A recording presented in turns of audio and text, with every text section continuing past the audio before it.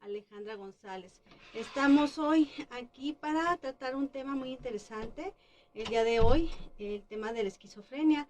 Me acompaña mi compañero de trabajo, el doctor Giancarlo Cruz Marín, y vamos a estar trabajando este tema con respecto a esta enfermedad que genera muchas alteraciones, tanto en las personas que la padecen como en sus familiares, ¿sí? Y pues los invitamos a suscribirse a nuestro canal de YouTube, danos un like, activa la campanita para notificaciones, estamos como Radio Esperanza 961 FM, comparte los videos, descarga el Play Store Spotify, danos like y síguenos.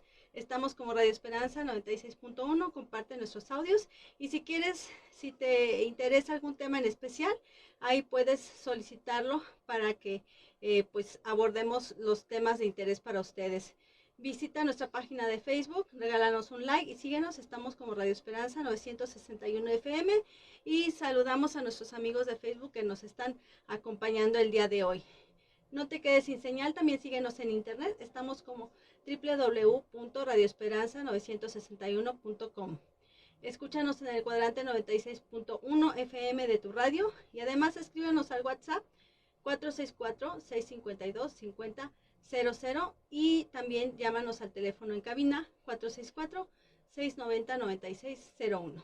Bueno, muy bien, y pues si vamos a empezar ya con este tema, vamos a entrar de lleno con el tema de hoy, la esquizofrenia. Primero que nada, pues saludar al doctor. ¿Cómo estás, compañero? Buenas tardes, bien, bien. Y vamos a ver este tema importante que es la esquizofrenia y que muchas veces pues no sabemos si sí o si no. Y va a ser estamos aquí para saberla Aclarar. identificar, para saberla identificar y referirla y tratarla. Así es, aclarar muchas dudas con respecto a este tema. Primero que nada, a ver, platícanos la definición de esquizofrenia. ¿Qué es la esquizofrenia? Muy bien. Mira, la esquizofrenia, tal cual, viene de una raíz griega. Ajá. Y son dos palabras. Esquizo, que significa dividir, y fren, que significa mente o alma. Por así decirlo, estos tipos de pacientes están fuera de la realidad. Ajá. Son pacientitos que te van a contar cosas que a veces las otras personas no ven o no escuchan o no sienten, que por lo general son auditivas. Uh-huh. Debe de tener cierto tipo de características para yo decir que un pacientito pues tiene esquizofrenia. Ajá, y las vamos a hablar un poquito más adelante. Ajá. Quiero hablar un poquito de la estadística de esta enfermedad. Uno pensaría que es una enfermedad pues rara, y realmente no es rara. El 1% de la población la padece. Y uno dice, pues 1% no es nada. No, ¿cómo no? Nos habla de que de cada 100 personas hay una persona que tiene esquizofrenia. Uh-huh. Claro, los niveles son diferentes. Hay pacientitos que tienen un grado de enfermedad muy marcado y otros pacientes que lo tienen menos marcado. Uh-huh. Perdón, entonces, ¿esto quiere decir que puede haber gente que padezca esquizofrenia y que no se lo hemos detectado? Claro que sí. De repente hay gente que trata de normalizarlo y de repente nos dice, sí doctor, yo sí escucho voces o siento que están murmurando, pero yo sé que no es real. O pasa mucho, ¿saben dónde? En el campo. En el campo luego, pues por el mismo recurso, por las mismas creencias, pues los pacientes sí escuchan dos, tres cositas y a veces le dicen a la mamá y al papá, pero dicen, no, no es nada. Entonces muchas veces pues no se detectan. Uh-huh. Entonces sí, sí puede pasar de que eh, se tiene la enfermedad, pero no se detecta o se minimiza. Le dicen, no, estás loco. Ajá, ok. Entonces puede llegar a pasar que cierto síntoma, como nada más es un síntoma y es aislado, la gente lo pase como algo normal o temporal en una persona, en un familiar.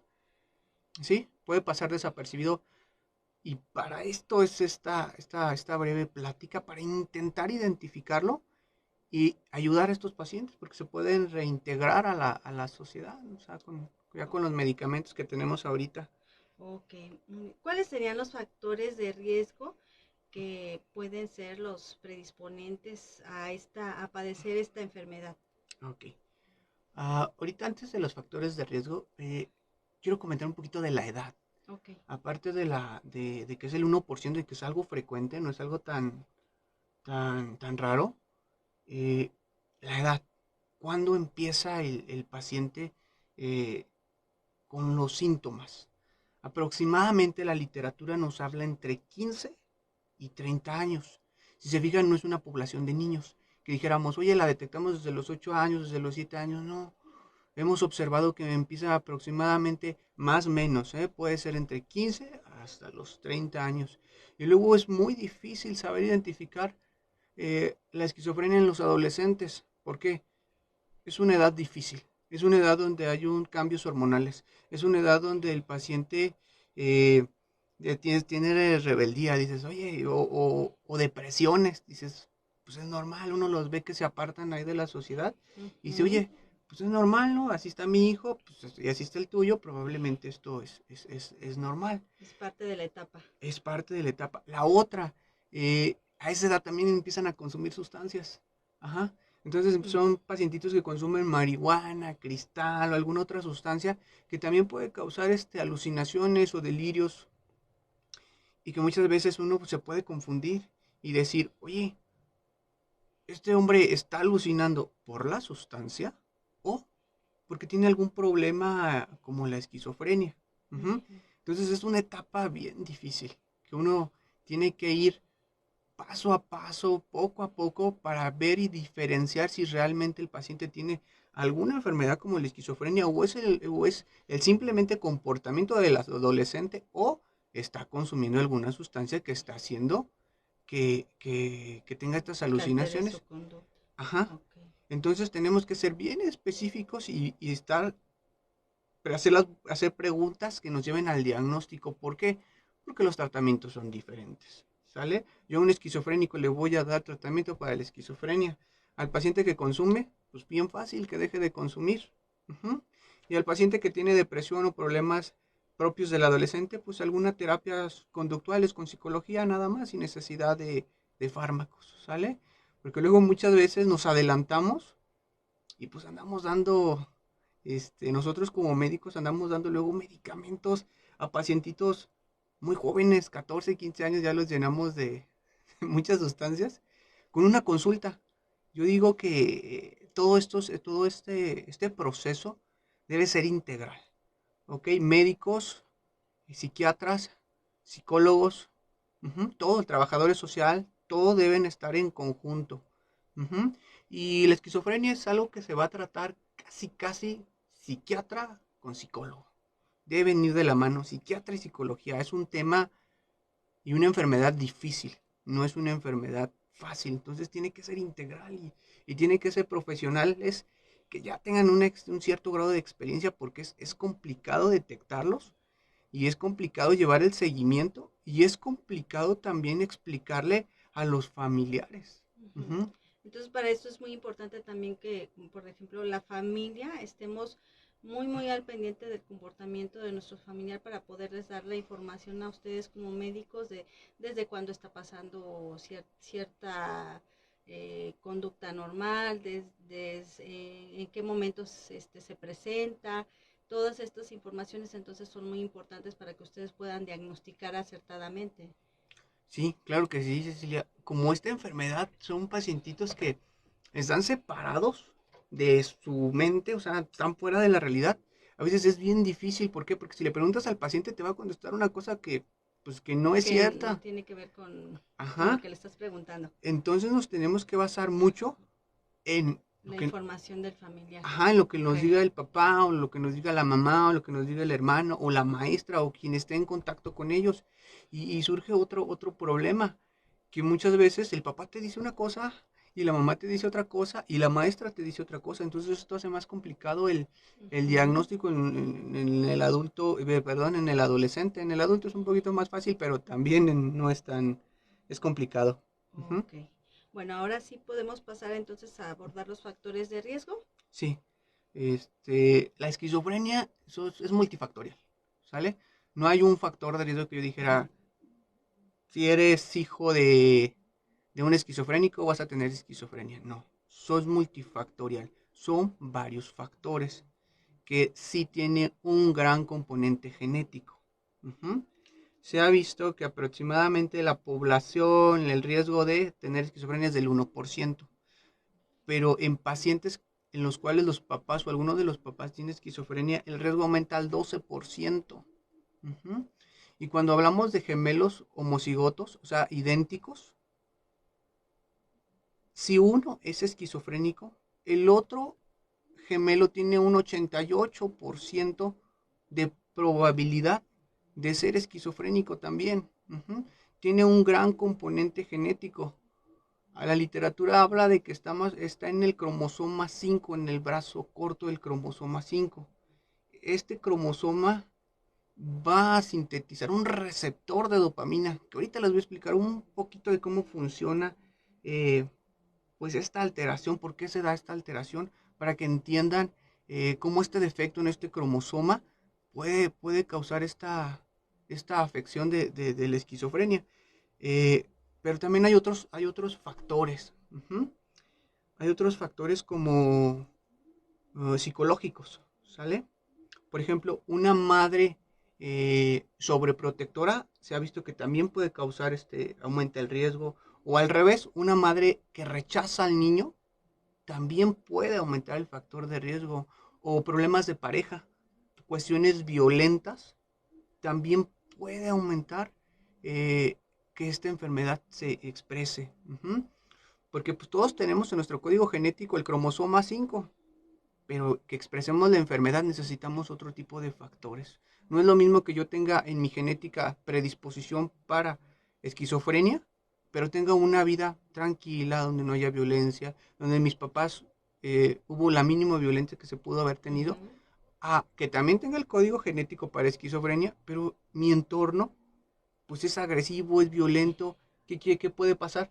Que se exprese el gen, que me dé la esquizofrenia, que haya más Ujú. posibilidades. Ujú. También hay otros factores. Se ha visto que el clima, los climas fríos, el nacer en un clima frío, también aumenta la posibilidad de padecer esquizofrenia. Por ejemplo, de Ujú. enero a marzo, los estudios se dieron cuenta que muchos de los esquizofrénicos nacían en estos días. ¿Qué tiene que ver esto? Tiene que ver con el sol, con la síntesis de vitamina D. Se vio que deficiencia en vitamina D puede producir o aumenta el riesgo de padecer esta patología. Y cuando hay menos sol, pues en las temporadas de De enero, invierno. de invierno, de enero a marzo. Entonces también la malnutrición. Entonces una pacientita que cuando está embarazada del paciente está comiendo mal o consume alguna sustancia, también aumenta o puede aumentar el factores para que se dé esta enfermedad. Ujú. Ok. Entonces vemos cómo no es solamente la genética, vemos cómo no solamente es el ambiente social, sino también el ambiente eh, climático. Ujú. También hay otros factores socioculturales. Eh, por ejemplo, se ha visto que la pobreza también aumenta la esquizofrenia, es algo muy raro. Bueno, pensándolo así, pues no tanto. ¿Por qué? Pues si hay menos recurso económico, pues uno va a comer pues, peorcito, ¿sale? Entonces también en este tipo de ambiente aumenta el factor. También pacientes que han migrado y hay un cambio cultural grande. Por ejemplo, yo de aquí de Salamanca me voy a Estados Unidos y me llevo a mis niños chiquitos. Pues ese cambio cultural, bueno, no tanto los niños, pues alguien más grande que Ujú. está acostumbrado a una cosa y se va a otro país y ve otras culturas, a veces es muy padre, pero a veces, muchas veces, pues no nos gusta. Y este choque también puede afectar a nuestro sistema y expresar que tengamos este tipo de enfermedad. Lo que quiero que vean o que quede claro es que no solamente es una cosa, no solamente es la genética, es genética, la cultura, la educación, el cómo se lleva tu mamá con tu papá, el clima, es un cúmulo de prácticamente todo tu alrededor, tanto por dentro como por fuera. Ujú, O sea que es el conjunto de diversos factores. ujú. Ok. ¿Y el uso de drogas? Claro, el uso de drogas aumenta, aumenta este tipo de enfermedades, la marihuana, el cristal, ujú, aumenta también el riesgo, tanto cuando están en intraútero, cuando están embarazadas, como también ya fuera, ya cuando uno empieza en la adolescencia a consumir. Por ejemplo, si la esquizofrenia ya tienes el código genético y te va a dar a los 25, si tú le empiezas a meterle a drogas, pues no va a empezar a los 25, probablemente empiece a los 16, a los 17. Adelantamos procesos que tenían cierto tiempo, pero al meter las sustancias expresamos más el gen. Ujú. Ok.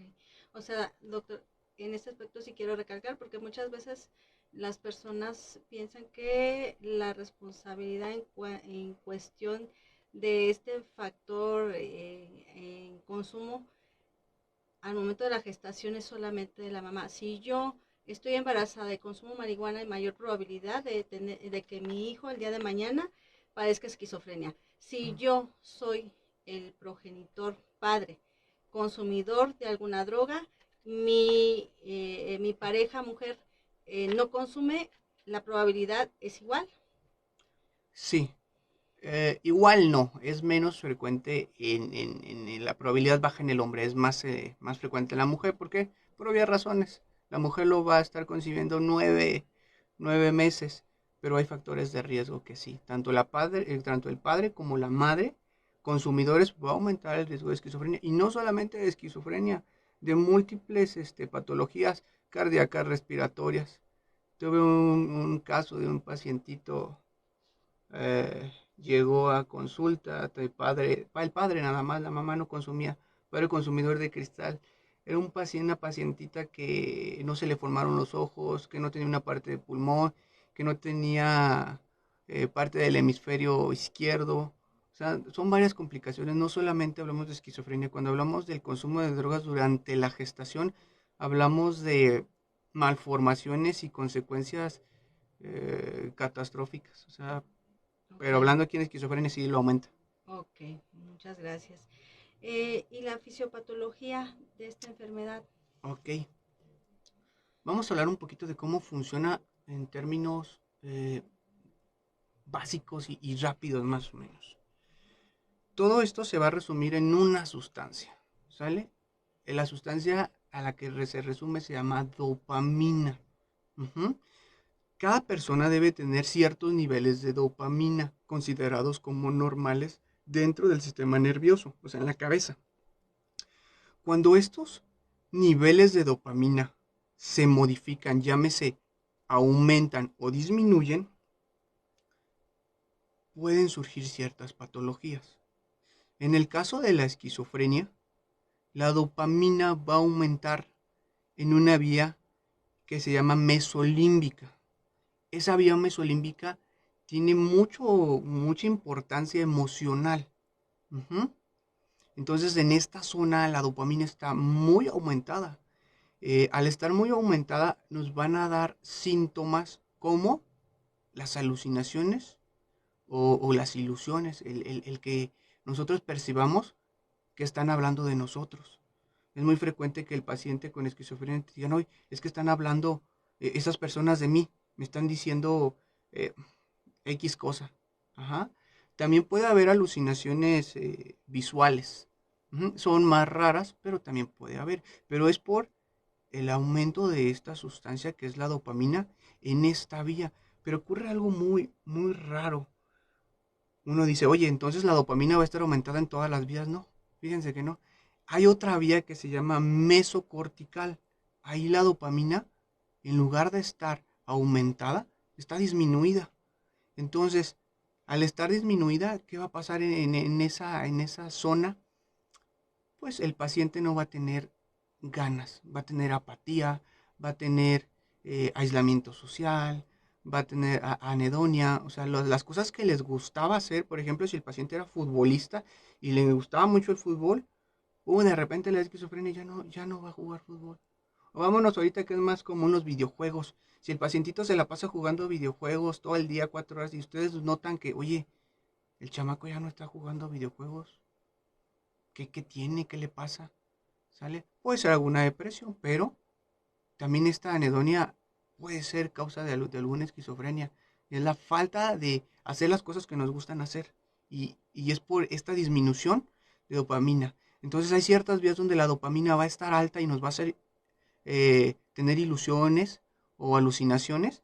Y hay otra vía donde la dopamina va a estar baja y nos va a hacer comportamientos de aislarnos, depresión, de no querer salir, de aislamiento social. Uh-huh.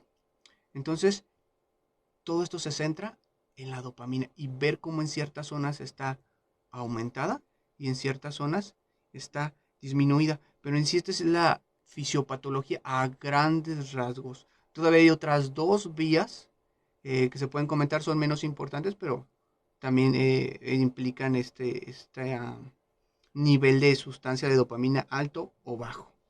Pero quédense con niveles de dopamina. Esa es la fisiopatología a nivel del sistema nervioso que causa todas estas alteraciones.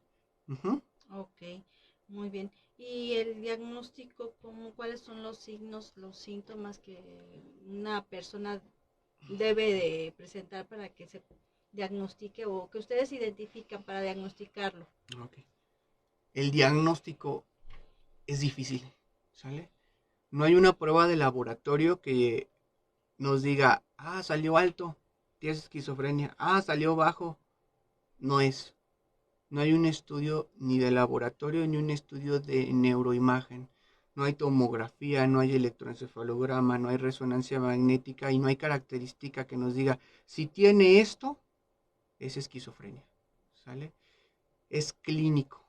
El diagnóstico es clínico. Ahorita les voy a decir los síntomas y los signos que deben de tener el paciente para hacer el diagnóstico, pero es difícil. Otra cosa, yo para empezar un diagnóstico de esquizofrenia es por descarte. No voy a pensar en esquizofrenia luego. Voy a pensar en otras cosas más frecuentes. Ujú. Ejemplo, oye, está delirando. Oye, pues vamos a hacerle unos laboratorios, vamos a ver que el hígado y los riñones estén bien, que no tenga los azuados altos, ¿vale? ¿Ok? Que el hígado también esté bien, que no sea una encefalopatía hepática. Hay que checarle la tiroides, vamos a ver que no sea un hipertiroidismo. Hay que hacerle un electroencefalograma, no vaya a ser que sea una crisis convulsiva. Hay unas crisis convulsivas del lóbulo temporal que hacen que el paciente tenga eh, alucinaciones de tipo eh, eh, ven dioses. Ajá. Entonces hay que ver esto, hay que ver que no tengo otro tipo de patologías porque decimos, oye, ¿no será esquizofrenia? Y dice, no, espérate, al del electroencefalograma no voy a hacer otras cosas. Entonces primero hay que ir por pasos. Ujú. Tenemos que ir de laboratorios, tenemos que ir con estudios de imagen, tenemos que ir descartando y decir, ¿sabes qué? Los laboratorios salieron normales, la tomografía salió normal, el electroencefalograma también salió normal o salió alguna patología y no es lo que pensábamos, no era esquizofrenia, era otra cosa y corregimos eso y las alucinaciones e ilusiones pues se corrigen. Entonces lo primero hay que ver, hay que descartar otras enfermedades, es lo primero, no puedo yo pensar luego esquizofrenia, ¿sale? Ya cuando tengo mis laboratorios normales, mi tomografía normal, mi electroencefalograma normal, ya voy empezando a hablar. Otra cosa también, si hay ciertas alteraciones, por ejemplo en tomografía, se observó que los pacientitos con esquizofrenia tienen los ventrículos más dilatados. Ujú. Y que el cuerpo calloso está disminuido de tamaño. No es en todos, trágicamente no es en todos. Yo no puedo decir, todo paciente que tiene los ventrículos aumentados va a tener esquizofrenia. No, hay pacientes que los tienen y no tienen esquizofrenia. Y al revés, hay pacientes que tienen tomografía normal, pero clínicamente tienen esquizofrenia. Ujú. Entonces el diagnóstico es difícil y tiene que ser por descarte, poco a poco. Ujú. Ahora, vámonos con lo clínico, con lo que yo veo, con lo que yo pregunto. Ujú. El componente especial deben ser las ilusiones y las alucinaciones.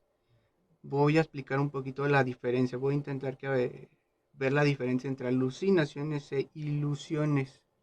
Una ilusión es una idea falsa de algo real. Ujú. Por ejemplo, tuve una pacientita que estaba en el consultorio y me decía que la lámpara donde estaba sentada había una cámara y que había una cámara y que yo le decía que no había una cámara, pero ella estaba segura de que había una cámara y que la estaban vigilando. Esa lámpara existe, esa lámpara está, esa es una ilusión. Ujú. Ella le da una idea a esa lámpara, ella cree que la estamos viendo de ahí. Ahora, la diferencia entre alucinación es una cosa que realmente no existe. Pues cuando te dicen, no, es que llegó el marcianito verde y me raptó. Ok, ese marcianito verde nunca existió, nunca estuvo. Ujú. O estoy escuchando voces, están hablando de mí. Esas voces pues no existen, nadie las escucha, esa es una alucinación. Y el paciente con esquizofrenia tiene que tener eh, este síntoma. Tienes que ver eso. Uno como familiar dice, es que este cuate habla solo. O es que él me dice que escucha voces, pero no hay ninguna voz. O él dice que el marcianito, pero nunca hubo ningún marcianito. Ujú. Entonces debe de tener, ahorita voy a nombrar más síntomas, pero de que debe de estar la ilusión y la alucinación, debe de estar. También Ok, otro... perdón, perdón, doctor. Ujú. Y, por ejemplo, en ese momento que una persona tiene alucinaciones o las ilusiones, ¿cómo deben actuar las personas que están a su alrededor? Porque muchas veces eso genera un enfrentamiento de que no es cierto, o le debemos de dar por su lado, ¿cómo nos debemos de comportar los demás? Ok. El pacientito con problemas esquizofrénicos usualmente no es agresivo. Son pacientes que no son agresivos. Muy diferente a las alucinaciones o ilusiones causadas por cristal. ¿Sale? Luego en el que los pacientes con cristal llegan a ser agresivos. El paciente con esquizofrenia no es agresivo, pero sí se siente confundido y se siente con miedo. Ujú. Entonces debemos abordarlos tranquilamente. Nada de sacudirlos, nada de echarles agua, nada de ser violentos. Porque si el paciente tiene miedo y usted también le echa agua o lo sacude, ¿cómo creen que va a actuar cualquier persona? Yo le invito a cualquier persona que le eche agua al otro. Oye, pues espérate, va a actuar también En defensa, ajá, claro. agresivo. Entonces hay que tranquilizarlos. Usualmente el paciente esquizofrénico no es agresivo. Ujú. Poco a poco, oye, ¿qué estás escuchando? ¿Qué estás viendo? Tranquilizar al paciente. Ujú. Sí tienen miedo, eso sí tienen. El paciente esquizofrénico tiene miedo. Y el miedo mal controlado se puede convertir a agresión, ujú, porque el paciente se va a defender. Ok, Ujú. Entonces, tranquilamente, oye, ir siguiéndole el hilo, ya posteriormente, pues decir, oye, pues si anda mal, vamos a referirlo o a hacer estudios y ver, ¿sale? Pero sí, nos vamos de la ujú, manera tranquila. El abordaje debe ser tranquilo, ujú, porque si le vamos a sacudir o le vamos a echar agua o actuamos de otra manera agresiva, pues el paciente pues va a actuar igual, va a actuar agresivo, va a defenderse. Ujú. claro. Entonces sí debemos de ser tranquilos, ¿sale? Ok, Oye, que estás viendo, tranquilo, no pasa nada, aquí estamos nosotros. Ujú. ok. Lo más paciente y empáticos con el paciente que se pueda. Ujú. Sí, Ok. y sí se puede desencadenar agresión, pero acuérdense, pues eso depende también De como, cómo reaccionemos los sí, demás. sí, sí, Ok, sí. Si no, no hay que tener miedo, ¿sale? Yo creo que es fácil decirlo, es fácil decirlo, ya cuando están ahí, pues sí, sí surge miedo, porque pues, tienes ahí a tu hijo, o a tu hija, o a tu mamá, o a tu papá, pues que te está diciendo cosas que no son, ya ni sabes si es cierto, si no es cierto, ya no sabes qué hacer, pero intentar ser lo más paciente y menos violento y agresivo. Ujú. ok. Muchas gracias. Entonces Otro, seguimos con los o- signos y síntomas. ajá, Ajá. lenguaje desorganizado. ¿Qué quiere decir esto de lenguaje desorganizado? Que tú le preguntas una cosa y el paciente te contesta otras cosas como una ensalada de frases de palabras que no tienen sentido. Dices, ah, canijo, pues le pregunté una cosa pero me contestó algo sin sentido. También eso es otra característica, ¿sale? Catatonia. También el pacientito luego tiene, se queda quieto. Entonces tiene ciertas posiciones donde el paciente no se mueve. Otra cosa que quiero que quede claro, no necesariamente debemos de tener todos los síntomas. Que yo te dijera, pues es que no es esquizofrenia porque no tiene catatonia. No, no necesariamente debemos de tener todos. O sea, con 2 o más que tengamos, se puede hacer un análisis y no se puede, y no es desde el principio, porque la evolución de la esquizofrenia puede ser que un día esté muy bien y ese día yo lo veo y les puedo decir, oigan, es que este paciente no tiene esquizofrenia, está bien, tiene otra patología. Y puede ser que el día siguiente tenga una crisis de un delirio, una alucinación donde se ponga muy mal, donde yo si lo hubiera visto, lo hubiera diagnosticado. Entonces, verlo una sola vez, no puedo hacer diagnóstico, tengo que darle cierto seguimiento, tengo que hablar con la mamá, tengo que hablar con el papá, tengo que hablar con la maestra, tengo que verlo yo en un periodo de tiempo para estar seguro. Ujú. Ok. Entonces, esos son los síntomas positivos. Ujú. También tenemos síntomas negativos, los que ya habíamos comentado, como la agolia. El paciente no habla tanto. Tú le preguntas, oye, ¿qué hiciste el día de ayer? Tú esperas que un paciente normal, yo a mis pacientes les digo, cuéntame qué hiciste el día de ayer desde que te paraste. Y el paciente me dice, oye, me paré a las 6, comí esto, me fui a trabajar, salí a las 3, y lo va desenvolviendo bien. El paciente con esquizofrenia no lo desenvuelve tan bien. Es casi monótono su respuesta. ¿Cómo sigue? ¿Qué hiciste el día siguiente? A veces se te queda viendo, a veces no te contesta. Eh, ¿A qué horas te paraste? A las 7. Y tú tienes que irlo llevando. ¿Y después qué hiciste? Comí. ¿Y qué comiste? Huevo. O sea, son respuestas muy monótonas. Es muy difícil que el paciente tenga esa secuencia para desenvolver. Ujú. Plasticidad emocional. El paciente no tiene reacciones. O sea, tú le estás platicas con una persona normal y se está riendo o hace gestos o ya se enojó. Y con este tipo de pacientes casi eh, es una cara en máscara, una cara que no tiene expresión. Tú le dices eh, algún chiste o algo gracioso, pero él no reacciona. Y así está prácticamente toda la sesión. De repente tiene algún un estímulo, algún gesto, pero esto está disminuido. Ujú. Ok. La anedonia, lo que ya comentábamos, la pérdida de hacer lo que nos gusta hacer. Ujú. Y es bien notorio.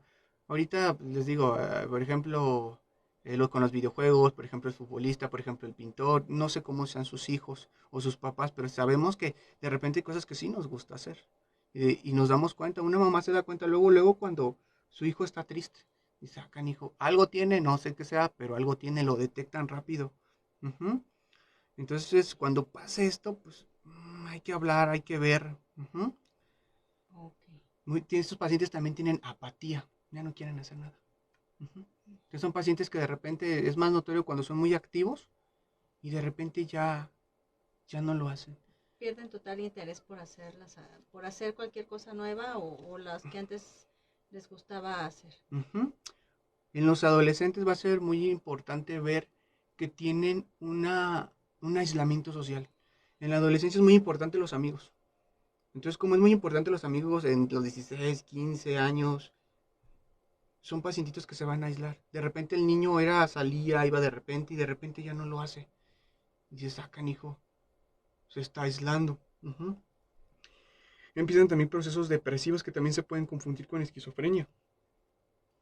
También disminución del rendimiento académico. Son pacientitos que, pues igual no era un genio, o sea, pero tenía un 8, pero ahorita ya iba reprobadas todas. Ujú. Son pacientitos Ujú. que de repente, oye, pues no iba tan mal, tenía 7, 5, 8, pero ya ahorita ya me reprobó todo. Ujú. El paciente deja de tener interés. Ujú. El aspecto físico también.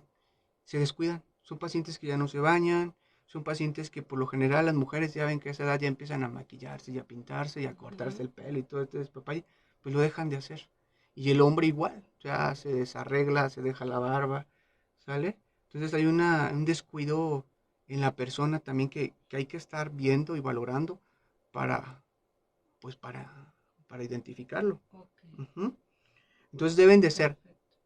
hay ilusiones o alucinaciones o más de estos dos síntomas, pero siempre debe haber alucinación o ilusión.